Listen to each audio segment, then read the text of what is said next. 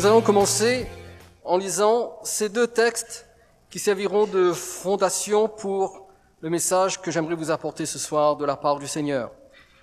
Le premier, c'est 2 Corinthiens chapitre 1, versets 21 et 22, nous lisons « Et celui qui nous a fermis avec vous en Christ et qui nous a oints, c'est Dieu, lequel nous a aussi marqués d'un sceau et a mis dans nos cœurs les arts de l'esprit. » Le second, 2 Corinthiens chapitre 5, versets 4 à 5, il est écrit « Car tandis que nous sommes dans cette tente, nous gémissons accablés parce que nous voulons non pas nous dépouiller, mais nous revêtir, afin que ce qui est mortel soit englouti par la vie. Et celui qui nous a formés pour cela, c'est Dieu qui nous a donné les arts de l'esprit. Amen. » En lisant attentivement ces deux textes rédigés par l'apôtre Paul, nous y voyons la même expression revenir chaque fois dans le dernier verset, à la fin du verset 22 et à la fin du verset 5. Les arts de l'esprit. Les arts de l'esprit. Et dans la version originale, qui a été rédigée en grec, il s'agit du mot arabon. Celui qui est traduit par art, c'est le mot grec arabon. C'est le même mot que nous retrouvons dans un troisième passage d'une autre épître de Paul, mais cette fois-ci, ce mot grec arabon sera traduit par gage. Gage. Éphésiens chapitre 1er, versets 13 et 14. En lui, vous aussi, après avoir entendu la parole de la vérité, l'évangile de votre salut, en lui vous avez cru et vous avez été scellés du Saint-Esprit qui avait été promis, lequel est un gage de notre héritage pour la rédemption de ce que Dieu s'est acquis à la louange de sa gloire. Et ici, le mot rendu par gage, c'est exactement le même mot grec, arabon. Donc, nous avons trois passages où se trouve un mot unique en grec, mais traduit deux fois par art et une fois par gage. Et ce qu'il faut noter, et en même temps cela constitue le thème de notre méditation, c'est qu'il s'agit des arts de l'esprit. Ce soir, je vais vous parler des arts de l'esprit et comprenez bien sûr les arts du Saint-Esprit. Je ne vais pas m'attarder sur les trois textes que nous venons de lire, je ne vais pas vous les expliquer, je ne vais pas vous les exposer comme j'ai l'habitude de le faire, mais ce soir, je vais uniquement me concentrer sur cette expression, les arts de l'esprit. Et la question est, que désigne cette extraordinaire expression? Eh bien, avant tout, nous devons connaître le sens du mot art, ou alors du mot gage, mais cela d'une manière générale, et ensuite, nous verrons pourquoi Paul l'associe au Saint-Esprit. Pourquoi est-ce qu'il parle du Saint-Esprit comme étant un gage de notre héritage? Pourquoi est-ce qu'il dit que nous recevons, ou Dieu met dans nos cœurs, les arts du Saint-Esprit? Tout d'abord, commençons par la définition générale du mot art ou du mot gage. Le mot art, en grec, donc arabon, désignait, à l'époque du Nouveau Testament, le dépôt que l'acheteur donnait en garantie du paiement total de son achat. À cette époque, donc, le mot art ou gage appartenait au domaine commercial et il me semble que c'est toujours le cas aujourd'hui. C'est un mot qui est toujours utilisé dans le domaine commercial. Et à l'époque du Nouveau Testament, les arts ou le gage, mais je vais rester avec le mot art, les arts remplissaient trois fonctions. Premièrement, les arts, c'était un acompte qui scellait une transaction entre un vendeur et un acheteur. En d'autres termes, les arts, c'était la preuve qu'une vente a bien eu lieu. Donc, lorsque deux personnes s'engageaient mutuellement dans une transaction commerciale, l'acheteur versait au vendeur des arts. Et lorsque le vendeur recevait les arts, c'était comme une confirmation qu'une vente a bien eu lieu. La chose était faite, c'était officiel. Ça, c'est la première fonction. Deuxième fonction, les arts constituaient une obligation d'achat, ce qui veut dire que l'acheteur ne pouvait pas changer d'avis. Lorsqu'il avait versé les arts, il ne pouvait pas se rétracter. Il ne pouvait pas dire ensuite, tout compte fait, je ne vais plus acheter ce que je t'avais promis d'acheter. Ça y est, j'ai changé d'avis, je ne veux plus de la marchandise. Non, c'est un engagement. Une fois que les arts ont été versés, il faut aller jusqu'au bout et il faut acheter ce qui était prévu. Et enfin, troisième fonction, les arts représentaient une partie de la totalité de la somme due, et cette partie de la totalité devait être de la même nature que cette dernière. En d'autres termes, s'il y avait une transaction commerciale qui devait se monnayer par de l'argent, l'acheteur ne pouvait pas dire au vendeur, eh bien, comme art, comme avance, je vais te donner un objet. Non, il fallait qu'il donne de l'argent. En d'autres termes, si aujourd'hui vous allez dans un magasin de meubles et que vous voulez renouveler les meubles de votre maison, vous ne pouvez pas dire au vendeur, écoutez, je vais acheter ces meubles, mais comme avance, je vous donne 2 caisses de tomates bien rouges. Essayez et vous verrez quelle sera la réaction du vendeur. Non, si vous donnez une avance, il faut que l'avance soit de la même nature que la totalité de la somme due. Les arts représentaient une partie de la totalité. C'est une avance. Je te donne une certaine somme, mais au fur et à mesure, ou peut-être une prochaine fois, je te donnerai la totalité de la somme restante.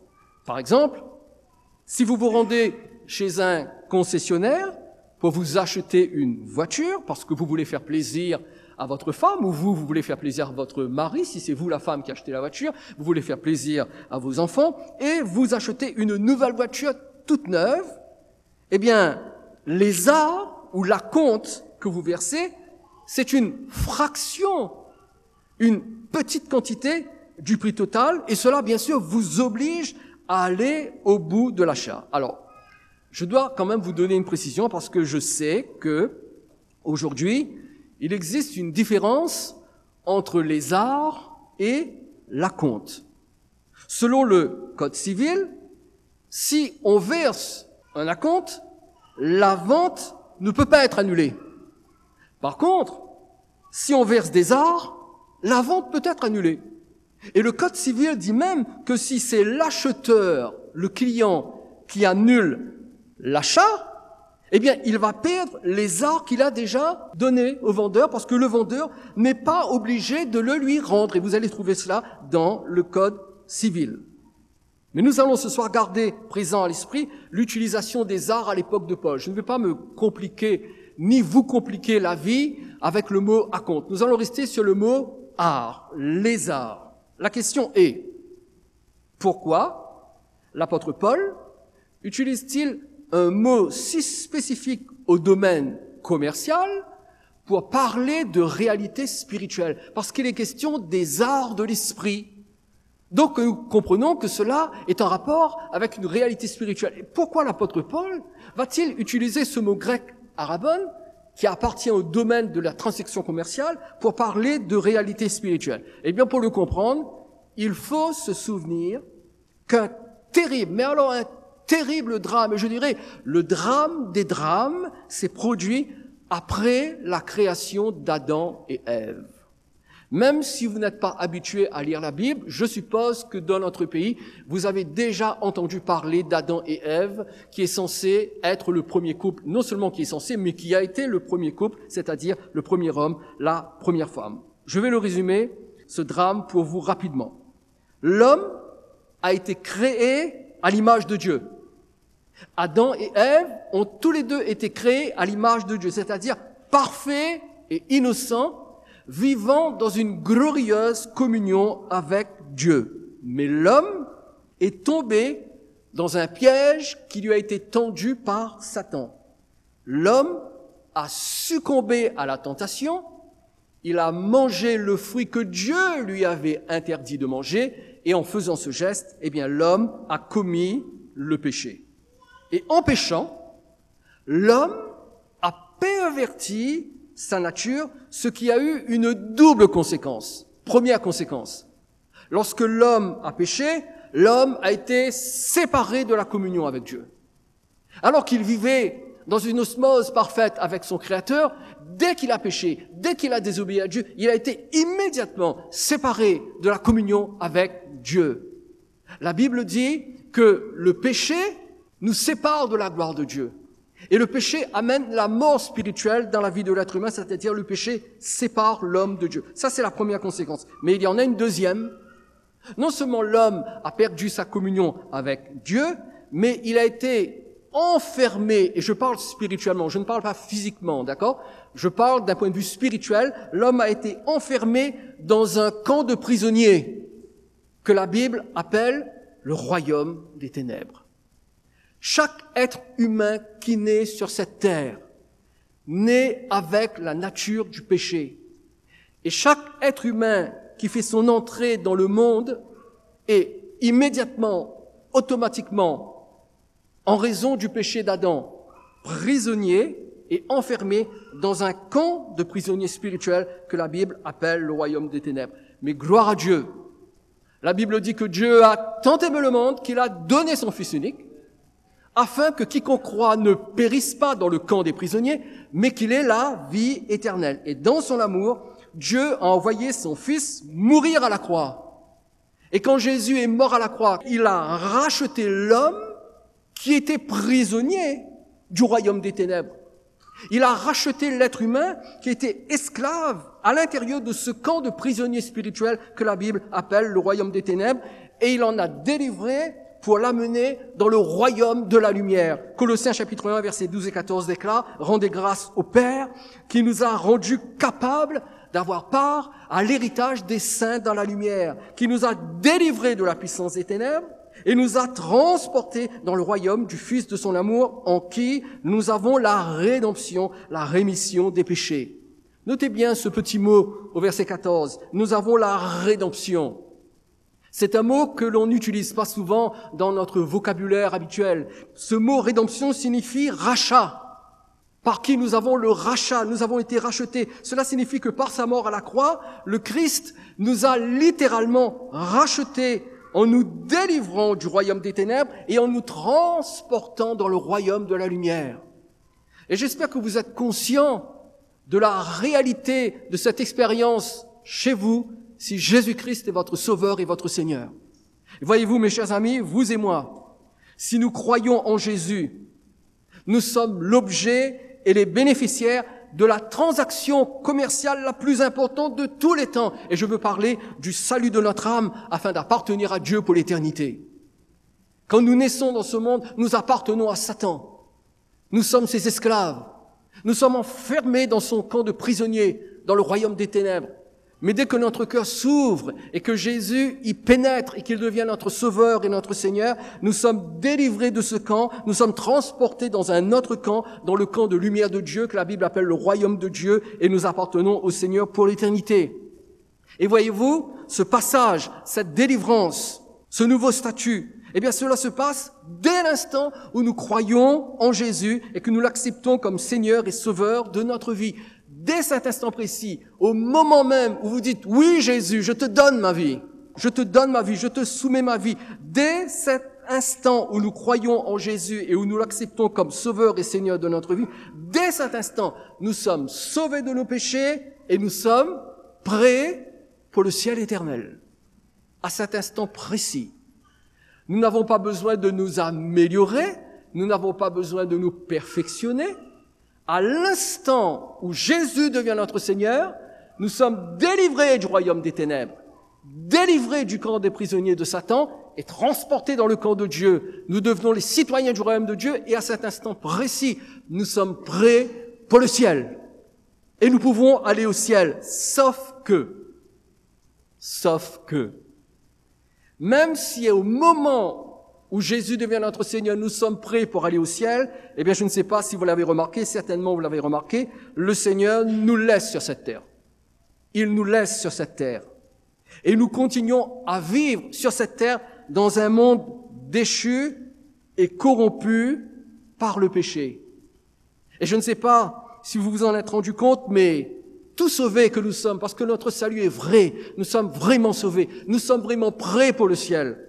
Mais tout sauvés que nous sommes, nos conditions de vie sur terre restent difficiles. Vous l'avez remarqué ça? Depuis que vous êtes chrétien, Avez-vous remarqué que vivre sur cette terre est toujours difficile, et j'ai même envie de dire que cela devient de plus en plus difficile, vous l'avez remarqué? Même si nous sommes en paix avec Dieu, même si nous sommes sauvés, même si nous sommes délivrés de la condamnation éternelle, eh bien nous continuons quand même de vieillir. Tout sauvés que nous sommes, même si nous sommes en paix avec Dieu, même si nous sommes délivrés de la condamnation éternelle, nous continuons d'être fatigués. Nous continuons de tomber malades. Nous continuons de souffrir d'une manière ou d'une autre, etc. La liste peut s'allonger. Pourquoi? Pourquoi, alors que nous sommes sauvés, alors que nous sommes délivrés du royaume des ténèbres et transportés dans le royaume de la lumière, pourquoi est-ce que nous continuons à connaître des conditions de vie difficiles? Eh bien, parce que l'apôtre Paul dit dans Romains chapitre 8, verset 24, « C'est en espérance que nous sommes sauvés. » Intéressant, n'est-ce pas? Nous sommes sauvés. Notre salut est une réalité dès maintenant. Mais quand même, c'est en espérance que nous sommes sauvés. Cela signifie que nous avons bien été sauvés, mais nous attendons toujours la totalité de notre salut. Je répète, nous avons bien été sauvés. C'est vrai. Dieu nous a sauvés. Dieu nous a adoptés. Dieu a fait de nous ses enfants. Nous sommes maintenant dans son royaume. Nous sommes délivrés de l'emprise du royaume des ténèbres. Mais nous sommes toujours dans l'attente de la totalité de notre salut. En d'autres mots, Dieu nous a réellement sauvés. Mais tant que nous restons sur cette terre, nous ne pouvons vivre qu'une partie de la totalité de notre salut, mais pas la totalité elle-même. Et c'est là que l'expression, notre expression, revêt toute son importance. Les arts de l'esprit. Les arts de l'esprit.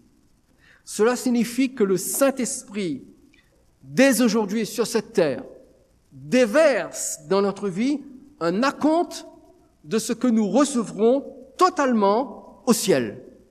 Cela veut dire que la communion du Saint-Esprit dont nous jouissons aujourd'hui depuis que Jésus est notre Seigneur, tous les effets de la présence du Saint-Esprit en nous, son action dans notre vie, toutes ces choses constituent un avant-goût de la gloire du ciel.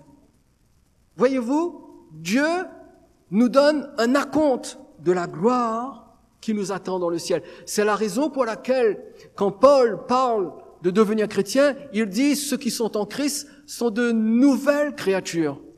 Ce ne sont pas seulement des hommes qui sont entrés dans la religion chrétienne. Non, non, non. Il dit les choses anciennes sont passées. Toutes choses sont devenues nouvelles. Nous avons changé d'état d'être. Nous sommes devenus de nouvelles créatures parce qu'il y a déjà dans notre vie la gloire de Dieu.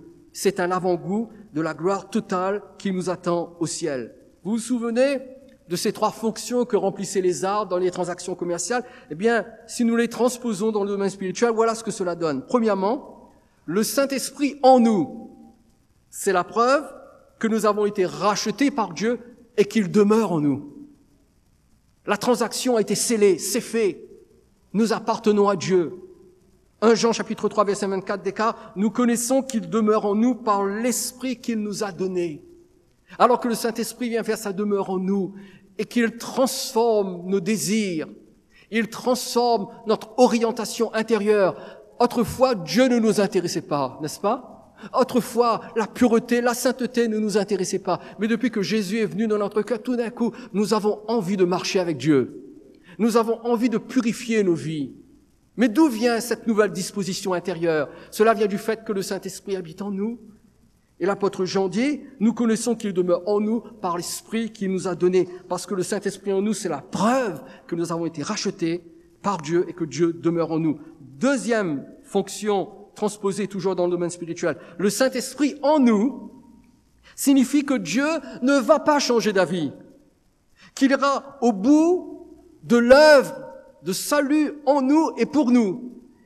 Cela signifie que demain, Dieu ne va pas se tourner vers vous en vous disant « Eh bien, tout compte fait, je ne t'aime plus. Tout compte fait, Jean-Max, ça ne m'intéresse plus que tu viennes au ciel. Ok, Jean-Max, à partir de maintenant, tu n'es plus sauvé, tu vas en enfer. Tu ne m'intéresses plus, Jean-Max, ou tu ne m'intéresses plus, Émilie, ou Janine, ou Paul, ou Pierre, peu importe votre nom. Non, Dieu ne change pas d'avis. Lorsqu'il nous sauve, il nous protège, et l'œuvre qu'il a commencée en nous, il ira jusqu'au bout de cette œuvre. Philippiens 1,6, l'apôtre Paul déclare, « Je suis persuadé que celui qui a commencé en vous cette bonne œuvre la rendra parfaite pour le jour de Christ. » Et un peu plus loin, il dit dans 2 Corinthiens chapitre 3, verset 18, « Nous sommes transformés en la même image de gloire en gloire par l'Esprit du Seigneur. » En d'autres termes, si vous avez été sauvés, si le Saint-Esprit est venu habiter en vous, il a commencé une œuvre en vous, une œuvre de salut, une œuvre de sanctification, une œuvre de transformation. Eh bien, cette œuvre, premièrement, elle est accomplie par le Saint-Esprit en vous, mais deuxièmement, cette œuvre, Dieu va la rendre parfaite. Il ne va pas s'arrêter en cours de route. Son but ultime, c'est de vous amener au ciel avec lui dans la gloire. Et pendant ce temps que vous allez vivre sur terre, l'Esprit de Dieu va vous transformer et vous rendre semblable à l'image de Jésus. Et enfin, troisièmement, le Saint-Esprit en nous peut nous communiquer une partie de la totalité. Et cette partie de la totalité est de la même nature que cette totalité elle-même. Et j'aimerais lire avec vous un verset extrêmement intéressant. Hébreux chapitre 2, verset 3. Dieu, appuyant leur témoignage par des signes, des prodiges et divers miracles, et par les dons du Saint-Esprit distribués selon sa volonté. Pour que vous puissiez bien comprendre ce verset, laissez-moi vous l'expliquer de cette façon. La totalité qui nous attend au ciel, c'est la gloire divine. La gloire divine. C'est-à-dire la plénitude de la vie illimitée de Dieu. Lorsque vous et moi nous pénétrerons dans le ciel, tout d'abord la Bible dit que nous aurons un corps glorifié. Pourquoi un corps glorifié? Pour pouvoir absorber, soutenir et garder la grandeur, la magnificence de la gloire de Dieu. Un corps qui soit capable de porter la vie illimitée de Dieu. Et c'est ce qui nous attend dans le ciel. Mais écoutez la bonne nouvelle. Sur cette terre, dès maintenant, le Saint-Esprit peut déjà nous donner un avant-goût de cette vie divine. Voyez-vous, cette vie glorieuse qui nous attend dans le ciel, alors que nous vivons sur cette terre et que nos conditions de vie sont difficiles, le Saint-Esprit peut déjà nous donner un avant-goût de cette vie divine. Et cet avant-goût de vie divine, notre verset nous dit comment il s'appelle. Ce sont les arts de l'Esprit. Les arts de l'Esprit. Et lorsque le Saint-Esprit agit ainsi dans notre vie, c'est-à-dire lorsqu'il déverse les arts de la vie divine dans notre vie, la Bible appelle cela signes, prodiges, miracles et dons du Saint-Esprit. Et ces différentes expressions désignent les arts du Saint-Esprit. Mais qu'est-ce que cela représente exactement? Lorsqu'on parle de signes, de miracles, de prodiges et de dons du Saint-Esprit, de quoi parle-t-on? Eh bien, ce sont des événements qui sortent de l'ordinaire. Un signe, un prodige, un miracle, un don de l'Esprit, c'est quelque chose qui n'est pas commun. Ça sort de l'ordinaire. Parce que dans notre vie ordinaire, eh bien, qu'est-ce que nous avons? Souffrance, malheur, problème, maladie. Mais lorsque le Saint-Esprit déverse la vie divine en nous, alors il se produit des signes, des prodiges, des miracles et des dons du Saint-Esprit. Donc ce sont des événements qui sortent de l'ordinaire. Ce sont des événements qui transcendent, c'est-à-dire qui sont au-delà des capacités humaines limitées et qui permettent à la vie divine céleste de faire irruption dans notre existence céleste. Voyez-vous, une des plus belles choses qui puisse arriver à un être humain sur cette terre, ce n'est pas de gagner au loto plusieurs millions. Ça, c'est pas la plus grande chose qui puisse arriver à un être humain. La plus grande chose qui puisse arriver à un être humain, ce n'est pas d'acheter la plus belle maison, d'avoir la plus grande voiture. Non, la plus belle chose qui puisse arriver à un être humain, c'est que tout d'un coup, il y a un surgissement de vie divine dans sa vie. Alors qu'il vit sa vie humaine ordinaire, tout d'un coup, il y a une vie de qualité supérieure qui vient, qui le pénètre et qui transforme les circonstances de sa vie. Ici, le mot don, les dons du Saint-Esprit, ce n'est pas le même mot grec qui est utilisé dans 1 Corinthiens chapitre 12 verset 7 lorsqu'il est question des dons de l'Esprit. Dans tout le chapitre de 1 Corinthiens 12, le mot grec pour don, c'est le mot charisma, ou au pluriel charismata, les dons du Saint-Esprit. Et le mot charisma ou charismata désigne la manifestation de l'Esprit. Mais dans notre verset, ce n'est pas ce mot charisma qui est utilisé, c'est un autre mot grec, c'est le mot grec mérismos, M-E-R-I-S-M-O-S. Et ce mot grec signifie partage et distribution. Partage et distribution. Qu'est-ce que ça veut dire? Eh bien, cela veut dire que le Saint-Esprit, écoutez bien, le Saint-Esprit prend la totalité de la vie divine, il le partage en différentes quantités ou en différentes portions pour ensuite nous le distribuer sous forme de signes, de miracles et de prodiges en fonction de nos besoins. Et tout chrétien, écoutez bien ceci, tout chrétien, si vous êtes à Christ, si Christ est votre Seigneur, vous avez part aux arts de l'Esprit. Si Christ est votre Seigneur, attendez-vous à ce que, en fonction de vos besoins, le Saint-Esprit déverse dans votre vie une certaine portion, une certaine quantité de vie divine pour pourvoir à vos besoins. Mais j'aimerais attirer votre attention sur le fait que les dons du Saint-Esprit ici sont distribués selon sa volonté. En d'autres termes, le Saint-Esprit est souverain. Nous ne pouvons pas le commander. Nous ne pouvons pas l'obliger à faire telle ou telle chose, mais dans sa grâce et dans son amour parfait, le Saint-Esprit sait exactement nous donner ce qui nous est nécessaire. Et parce que nous sommes fils et filles de Dieu, nous sommes héritiers de Dieu, co-héritiers de Christ. Et les arts de l'Esprit, sous forme de miracles, d'événements surnaturels, eh bien ces choses peuvent être déversées dans notre vie. Par exemple, et ce n'est qu'un exemple parmi tant d'autres, et j'aimerais terminer avec cet exemple. Parmi les avances, parmi la compte ou parmi les arts du Saint-Esprit, il y a un bien précieux qui est tellement important pour notre vie sur terre, et je veux bien sûr parler de la guérison de notre corps, de la santé pour notre corps. N'est-ce pas vrai que la guérison d'un corps malade est une richesse extraordinaire, incomparable? Vous pouvez avoir tous les biens du monde, mais si vous n'avez pas la santé, si votre corps est souffrant, vous êtes misérable et malheureux. Mais je vous annonce une bonne nouvelle. Le Saint-Esprit veut et peut déverser dans votre corps des arts. En d'autres termes, il peut vous donner une portion de vie divine pour agir au niveau de l'état de votre corps. Que dit la Bible? J'ai deux autres versets à lire avec vous. Premièrement, 1 Pierre chapitre 2, verset 24. Écoutez bien ce que le verset dit.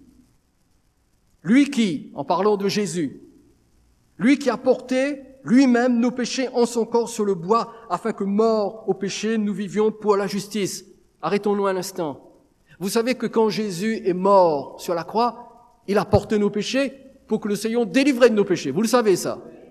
Et quand vous êtes venus à Jésus et que vous avez cru en lui, que s'est-il passé? Eh bien, tous vos péchés qu'il a portés en son corps sur le bois, tous ces péchés ont été effacés. Vous avez été purifiés, pardonnés, justifiés, adoptés. Vous êtes prêts pour le ciel. Mais ça ne s'arrête pas là. Il a fait encore autre chose. La fin du verset nous dit, lui, par les meurtrissures duquel vous avez été guéris. Écoutez bien ceci. Ce n'est pas mon thème, mais ça fait partie de la fin de mon message pour vous. Dans l'expiation de Jésus, il n'y a pas seulement le salut de nos âmes, le pardon de nos péchés, mais dans l'expiation accomplie par Jésus à la croix du Calvaire, il y a la guérison pour nos corps souffrants et malades. Et c'est quelque chose que nous devons comprendre, accepter. C'est que Jésus a acquis légalement pour notre corps la guérison de la même façon qu'il a acquis légalement pour notre âme son salut et son pardon. C'est une transaction. Quelque chose a été accompli. C'est légal. Et aussi légalement que Jésus est mort à la croix pour que notre âme soit sauvée, il est mort à la croix pour que le corps puisse être guéri. Donc Jésus a acquis légalement la guérison pour notre corps en mourant à la croix. Cependant, alors que quand nous venons à Jésus, nous recevons le pardon de nos péchés, nous sommes prêts pour le ciel. Nos péchés sont immédiatement, totalement effacés. Nous sommes justes aux yeux de Dieu et nous sommes prêts pour le ciel. Eh bien, notre corps, lui, demeure toujours fragile et sujet à la maladie. Vous êtes-vous déjà posé la question? Si Jésus est mort à la croix pour que nous soyons en même temps pardonnés de nos péchés et guéris de nos maladies, comment se fait-il que nous avons reçu le pardon de nos péchés, nous sommes en paix avec Dieu, nous sommes justifiés, nous savons que nous sommes en route vers le ciel, mais pourquoi est-ce que la guérison de nos corps n'est pas automatique? Pourquoi est-ce que notre corps n'est pas immédiatement guéri au moment où Jésus devient notre sauveur? Eh bien, pour une simple raison. Parce que nous sommes toujours dans l'attente du rachat complet de notre corps. Et je vous le prouve, et ce sera mon dernier verset. Romains, chapitre 8, verset 23. Nous aussi, qui avons les prémices de l'Esprit, nous soupirons en nous-mêmes, et notez bien la fin du verset, nous soupirons en attendant l'adoption, la rédemption de notre corps. Et n'est-ce pas l'expérience de chacun d'entre nous chaque jour? Alors que les années passent, que nous prenons de l'âge, que notre énergie diminue, que notre santé se fragilise un peu plus chaque jour, que se passe-t-il? En nous-mêmes, nous soupirons, nous disons, Seigneur, quand est-ce que j'aurai un corps glorifié? Quand est-ce que mon corps recevra cette vie divine illimitée où je pourrai vivre en totale et parfaite santé pour l'éternité? Quand nous soupirons nous-mêmes parce que nous attendons, c'est écrit noir sur blanc, nous attendons la rédemption de notre corps. Cette rédemption a déjà été accomplie, mais en même temps, elle est à venir. Vous comprenez? Nous sommes entre le déjà et le pas encore. Nous sommes déjà rachetés, nous sommes déjà guéris, mais nous ne sommes pas encore totalement guéris. Parce que nous sommes sur cette terre. Nous vivons sur cette planète et dans ce monde déchu. Alors notre corps est toujours fragile. Mais au ciel, nous attend un corps glorieux, où la maladie aura disparu, où il n'y aura plus d'infirmité, où nous serons célestement en bonne santé, parce que nous serons remplis de la vie divine illimitée de Dieu. Donc nous sommes dans l'attente de la rédemption complète de notre corps, mais selon la volonté de Dieu. Et si nous le lui demandons avec humilité, avec soumission, le Saint-Esprit peut nous donner un avant-goût de la rédemption complète de notre corps en nous guérissant maintenant. Maintenant. Et toute guérison divine, toute expérience de guérison est un avant-goût de la gloire qui vous attend au ciel. C'est la raison pour laquelle, si vous êtes à Christ, le Saint-Esprit pourvoit pour vous une portion de vie divine pour que votre santé soit restaurée. Ce n'est pas moi qui le décide. Ce n'est pas moi qui pourra vous administrer cette portion de vie. C'est le Saint-Esprit, parce que la Bible dit selon sa volonté. Et cette guérison fait partie des dons du Saint-Esprit, des mérismos du Saint-Esprit, c'est-à-dire de ce partage et de cette distribution. Alors si vous êtes chrétien, si vous êtes souffrant, et peu importe, même si vous n'êtes pas chrétien, ce soir vous êtes dans l'église au milieu de chrétiens. Si vous êtes souffrant, le Saint-Esprit, dans son amour pour vous, et à cause de ce que Jésus a accompli à la croix, le Saint-Esprit peut prendre une portion de cette vie divine que vous recevrez complètement, totalement dans le ciel, et il peut vous donner une portion de cette vie. Pourquoi? Parce que, en tant que membre de la famille de Dieu, vous avez part aux arts du Saint-Esprit. Alors, la seule chose que je peux vous dire en terminant ce message, c'est que nos cœurs doivent être ouverts et humbles devant Dieu, parce que Dieu peut déverser dans notre vie les arts de l'esprit. Et pourquoi pas la guérison pour votre corps? Pourquoi pas? Vous êtes son enfant?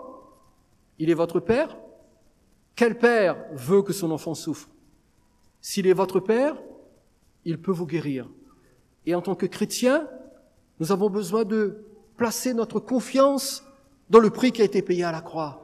Et d'ouvrir le cœur en disant, Seigneur, j'ai besoin de certaines arts de l'esprit pour mon corps.